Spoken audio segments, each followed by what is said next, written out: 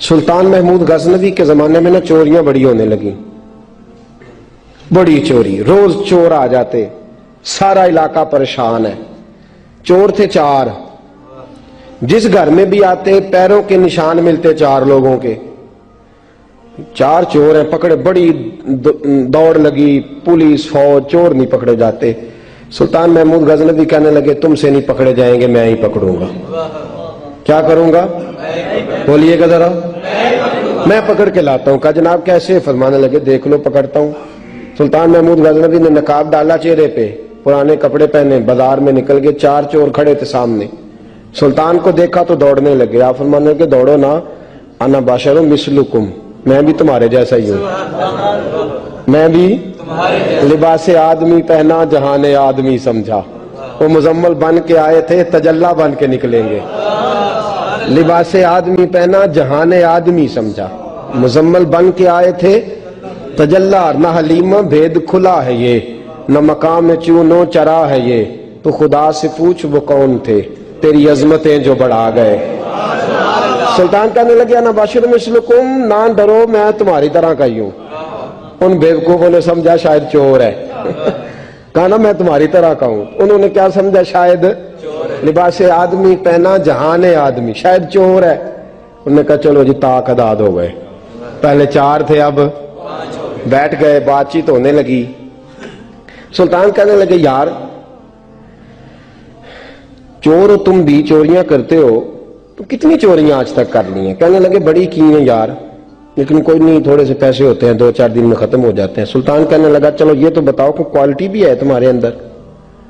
ایک شخص کہنے لگا جی میرے اندر کوالٹی ہے، جانور بولے تو اس کی بولی سن کے بتا دیتا ہوں کہ یہ کیا کہہ رہا۔ دوسرے سے پوچھا تو بھائی؟ کہنے لگا جی میرے اندر کوالٹی ہے کہ جتنی مرضی اونچی دیوار ہو، رستہ کوئی نہ ہو، میرا کام ہے چڑھ جانا۔ تیسرے سے پوچھا تو بتا؟ کہنے لگا میری خوبی یہ ہے کہ میں سونگ کے بتا دیتا ہوں پیسے کہاں رکھے ہوئے ہیں۔ سلطان مسکرا کے کہنے لگے ساری چوروں والی کوالٹیاں ہیں، پکے چور، چوروں والی کوالٹی ہیں ساری تمہارے اندر۔ خیر چوتھے سے پوچھا تو بتا، تو بتا؟ کہنے لگا جی میری کوالٹی یہ ہے کہ جس کو رات کے اندھیرے میں نقاب میں دیکھ لوں سویرے پہچان لیتا ہوں بندہ کون تھا، چھپا ہوا دیکھوں گا پر سویرے مجھے اندھیرا ہوگا، نقاب ہوگا، پر میں سویرے پہچان لوں گا۔ سلطان سے کہنے لگے ہم نے تو بتا دی، آپ بھی بتائیں۔ تو سلطان محمود کہنے لگے میری کوالٹی یہ ہے کہ بندہ پھانسی لگنے لگے میں داڑھی ہلاؤں تو پھانسی سے اتر جائے گا، پھانسی لگنے لگے میرا کام ہے داڑھی ہلانا اور بندہ پھانسی سے فارغ۔ نے کہا کیا بات ہے، پتے ایڈریس سب کے لے لیے۔ سلطان کہنے لگا یار تھک گئے، چوری ککھ دی ہوئی تو چوری لکھ دی ہوئی، تو آج بادشاہ کا گھر نہ لوٹے؟ روز جو تھوڑی تھوڑی کرتے ہیں تو بڑا ہاتھ مارتے ہیں، کچھ ہاتھ تو آئے نا۔ وہ کہنے لگے یار تو بڑا دلیر چور ہے، پہلے دن آیا اتنی دلیری۔ کہنے لگے چلو آج سلطان کا گھر لوٹتے۔ چلے محمود غزنوی کے گھر کی طرف، جب پہنچے نا دروازے پہ تو کتا بھونکنے لگا۔ جو کہتا تھا نا میں پہچان لیتا ہوں، وہ کہنے لگا کتا کہہ رہا ہے تمہارے اندر ایک بادشاہ بھی ہے، بادشاہ ہے۔ وہ باقی 3 کہنے لگے عجیب بیوقوف ہے، ہم تو ایک جیسے ہیں سارے۔ انہوں نے کہا نہیں انا باشر مثلکم، تو پاگل ہے، آج تجھے غلطی لگ گئی۔ دیوار بڑی اونچی تھی، وہ جو کہتا تھا نا چڑھ جاتا ہوں وہ چڑھ گیا، رسا پھینکا باقی بھی چڑھ گئے۔ وہ جو کہتا تھا سونگ کے بتا دیتا ہوں، اس نے بتا دیا کہ اس کمرے میں خزانہ ہے۔ لوٹا، نیچے آئے، اس کو ایک جگہ پہ لے کے بیٹھے بانٹنے کے لیے۔ سلطان کہنے لگے بیوقوف ہو، کوئی معمولی گھر نہیں لوٹا، بادشاہ کا گھر لوٹا۔ سویرے گلی گلی پولیس دوڑے گی، فوجی دوڑیں گے، ایک سوئی بھی پکڑی گئی تو پکڑے جائیں گے، خزانہ زمین میں دبا دو، بات ٹھنڈی ہوگی تو آ کے اس کو اکھیڑیں گے، بانٹ لیں گے۔ ایڈریس پہلے لے لیے تھے، وہ سب اپنے اپنے گھروں کو چلے گئے۔ سلطان آئے، سپاہیوں سے کہا کہ 4 بندے اٹھا لاؤ، اور فلان جگہ خزانہ دفن کیا وہ بھی اٹھا لاؤ۔ اب قاضی صاحب کی عدالت میں مقدمہ چلا، جرم ثابت ہو گیا، 4 کو سزائے موت ہو گئی۔ اب وہ 4 کہتے ہیں 4 تو ہم ہیں، 5واں کدھر گیا؟ 5واں کدھر ہے؟ انا باشر مثلکم، وہ کہتا تھا تمہاری طرح کہوں، وہ کدھر ہے؟ جس دن پھانسی لگنی تھی نا توجہ ہے آپ کی؟ جس دن پھانسی لگنی تھی محمود غزنوی نے کہا کہ پھانسی لگتے وقت پہلے مجھے ملا لینا. وہ جب جا رہے تھے نا وہاں پھانسی لگنے کے کمرے میں تو حکم تھا محمود کا. اب ان کو آئے لے کے چاروں محمود غزنوی کے پاس. تو رات کو تو نقاب میں دیکھا تھا, اندھیرے میں دیکھا تھا. وہ جو کہتا تھا نا پہچان لیتا ہوں, وہ آگے بڑھا کہنے لگا حضرت جی پھانسی لگنے لگی ہے, ذرا داڑھی تو ہلا دیں, مہربانی تو فرمائیں, لگنے لگی ہے پھانسی, مہربانی کریں, مرنے لگے ہیں. سلطان محمود کہنے لگے ان کو پھانسی, بس وہ داڑھی ہلی, پھانسی گئی. محمود غزنوی نے کہا چوری نہ کرو, دربار میں آ جاؤ, نوکری پہ بیٹھو, جو تنخواہ کہتے ہو دیتا ہوں, چوریاں چھوڑ دو. چوریاں بھی چھوڑ دی, بندے بھی بن گئے. محمود غزنوی نے بازو تھاما اور اپنے پیر حضرت ابو الحسن خرقانی کے پاس لے گئے, بیعت بھی کرایا, اللہ اللہ بھی سکھائی, ولی بھی بن گئے. مولانا ابو نور صاحب علیہ رحمہ فرماتے ہیں بس یہی بات ہے, ولی اندر ہی پھرتے رہتے ہیں, اندر ہی گھومتے رہتے ہیں. لوگ سمجھتے ہیں ہمارے جیسے ہی ہیں, بس تعلق ٹھیک رکھنا, قیامت میں پھانسی لگنے لگے گی, ان کی داڑھی ہلے گی, اللہ نجات عطا فرما دے گا. حضرت بریلوی رحمت اللہ تعالی علیہ ہمیں سبق دیتے ہیں, فرماتے ہیں دشمن احمد پہ شدت کیجئے, دشمن احمد پہ اشداء علی الکفار, دشمن احمد پہ ہلکی پھلکی ان کے ساتھ نفرت نہیں. یہ قرآن مجید کا سبق ہے. دشمن احمد پہ شدت کیجئے, ملحدوں سے کیا مروت کیجئے. جو بے دین ہو جائے وہ مروت کے قابل. ہمارا عجیب معاملہ ہے, وہ ہمارے بچے کاٹتے ہیں, ہم کہتے ہیں نہیں بات بیٹھ کے کرنی چاہیے. وہ ہمارے ٹکڑے کر رہا ہے, خون پی رہا ہے, ہم کہتے ہیں نہیں ٹیبل ٹاک کرنی چاہیے, ہم نے بات کی ہے, سفیر کو بلایا تھا. یہ کس قسم کی گفتگو ہے بھائی؟ وہ تیرا خون پی رہا ہے, تو جواب میں کہہ رہا ہے نہیں نہیں وہ ہم نے بات کی ہے اقوام متحدہ میں, کل پرسوں بیٹھیں گے آپس میں گفتگو کریں گے, صحیح ہو جائے گا مسئلہ. اشداء علی الکفار, اہل ایمان مومن کی پہلی صفت اللہ نے یہ بیان فرمائی کہ وہ کافروں پر وہ سخت ہے. پہلی صفت یہ, من احب للہ و ابغض للہ و منع للہ و آطاع للہ فقد استکمل الایمان او کما قال صلی اللہ علیہ وسلم. حضور نے فرمایا اگر اللہ کی رضا کے لیے محبت کرنا ایمان کا حصہ ہے تو بغض رکھنا بھی ایمان کا حصہ ہے. اللہ کی رضا کے لیے بغض رکھنا بھی, یہ جو جذبہ ہے نا کفر کے خلاف جذبہ, یہ ایمان کی بنیاد ہے. لوگ کہتے ہیں اسلام محبت سکھاتا ہے, اسلام, بھائی کون کہتا ہے اسلام نفرت سے؟ اسلام سکھاتا ہی محبت ہے, اسلام سکھاتا ہی. لیکن میرے بھائی یہ تو بتلاؤ نا صاحب کہ وہ جو جڑی بوٹی فصل کے ساتھ اگاتی ہے اس کا رنگ ہرا نہیں ہوتا, وہ چہچہاتی لہلہاتی نہیں, کاٹتے کیوں ہو پکڑ کے اسے, دوائی ڈال کے مارتے کیوں ہو؟ اس لیے کہ باقی فصل کو تباہ نہ کرے, باقی فصل کو نقصان. کافر پر جب تو سختی کرتا ہے تو اس کا مطلب یہ ہوتا ہے کہ وہ پھر دوبارہ ظلم نہیں کرتا, وہ زیادتی. ہماری کافر کے حق میں نرمی ہے. سعودی گورنمنٹ کا مراسلہ آیا, انہوں نے کہا جناب ہمیں شکوہ ہے پاکستانی حاجیوں سے کہ حجنے جب جاتی ہیں تو یہ برقع نہیں پہنتی, نقاب نہیں اوڑھتی. یہ باقاعدہ مراسلہ ان کی وزارت حج نے پاکستانی, مجھے چونکہ موقع ملتا رہتا ہے حج ٹریننگ پہ جانے کا تو ہمیں وہ پڑھاتے ہیں, کہتے ہیں جی یہ آپ دیکھ لیں. باقاعدہ مراسلہ آیا, بڑی کھل کے بات کر رہا ہوں ذمہ داری سے.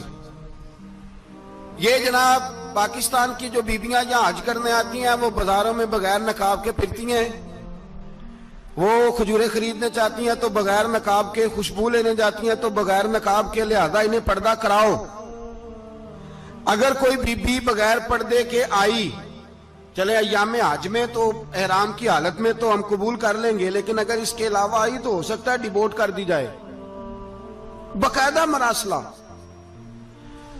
عام غریب ملک کی, پاکستان کی, انڈونیشیا کی, سوڈان کی بی بغیر پردے کے نہیں جا سکتی, پر ٹرمپ کی بی بغیر پردے کے سعودی عرب جا سکتی ہے. ہم تو چپ کر گئے ہو نا, ویڈیو میری پہ بندی ہے تو ہڈی نہیں, فکر نہ کریں, میں سچی بات کر رہا ہوں. سچی بات اور کھری کر رہا ہوں ذمہ داری سے. او بھائی اس کی بیوی پر کوئی پابندی نہیں, کوئی پابندی نہیں. وہاں تم نے تلواریں پکڑ کے رقص کر لیا, وہاں سب جائز تھا. اب تمہیں وہ کدھر گیا متوا جو بھاگ کے آتا ہے کہ گنبد کی طرف منہ نہ کرو؟ وہ کدھر گئے لوگ جو کہتے ہیں جناب دیکھو جی وہ مقدس پاک لوگ ہیں, خبردار ان کی بات نہ کرنا؟ کلیجہ روتا ہے, دل خون کے آنسو روتا ہے.